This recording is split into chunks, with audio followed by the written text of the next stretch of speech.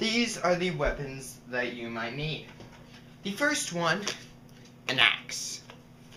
Now then, while this might seem blatantly obvious now, usually when you are facing an army of the undead, you will either think, bullet time, and go all John Woo movie on those suckers, leaving you with about a bajillion less rounds of expended ammunition, and your face eaten by a zombie. The second ideal choice would be a driver that is too small for you. Like, say you had this thing when you were a kid, known by some as the Goosewhacker, the zombie hitter, the zombie killer, and the good old-fashioned ouch. Another improvised weapon of choice will be the gun. Now then, preferably go something relatively small caliber.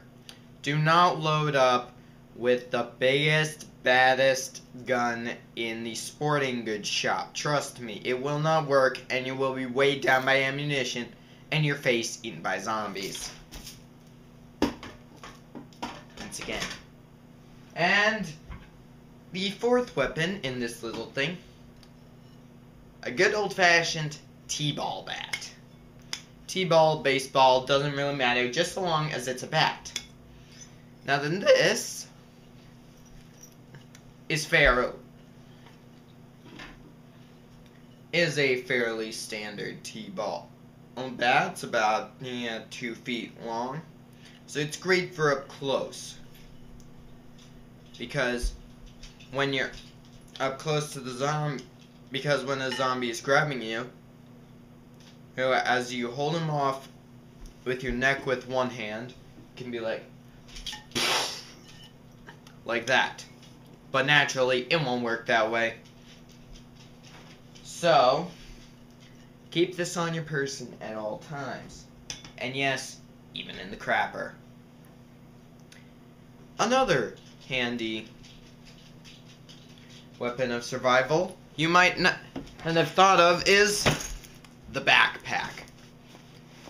If said backpack is loaded down with tons of crap, this creates an effective swinging weight, right? That will not add any extra weight to your pack, because guess what? It is your pack.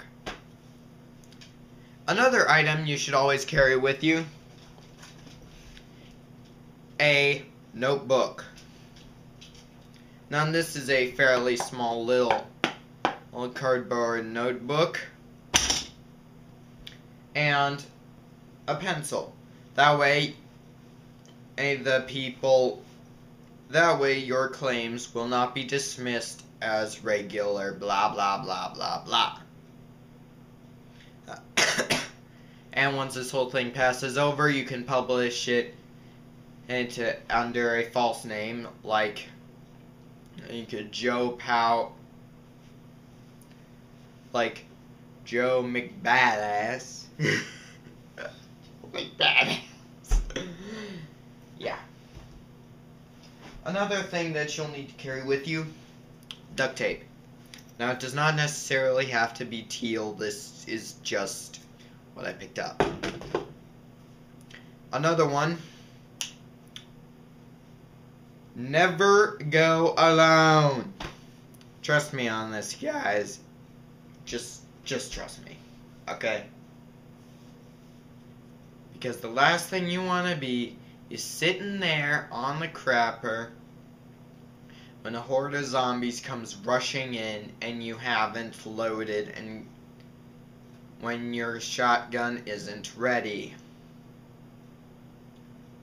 Another thing for you to be with,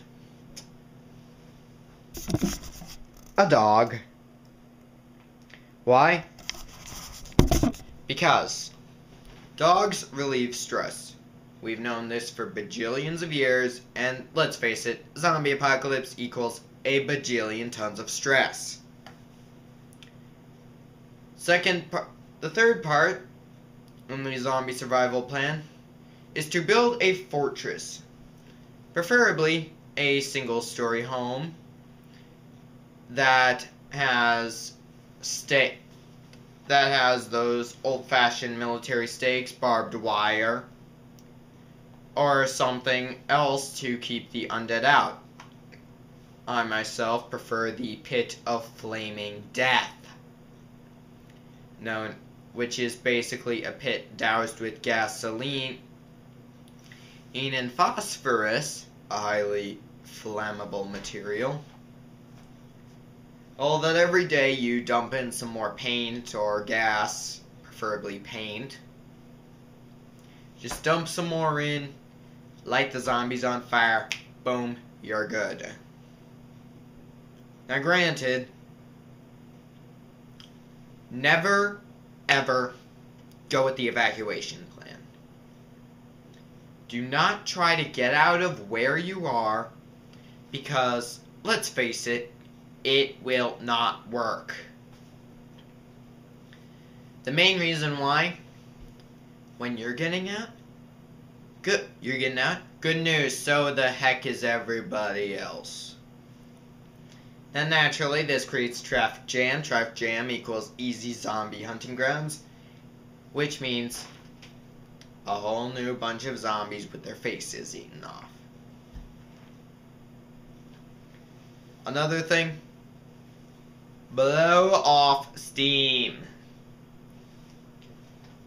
Take a baseball bat and whack something with it. An old minivan, and a few old car parts that you found down at the auto shop.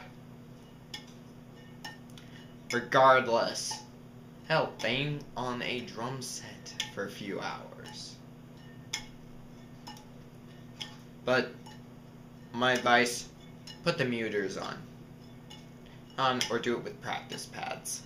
If you don't know what a muter is, it's basically this thing that goes over the snare drum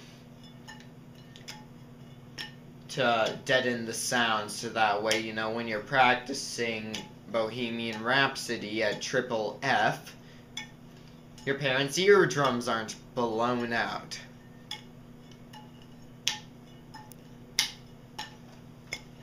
Alright.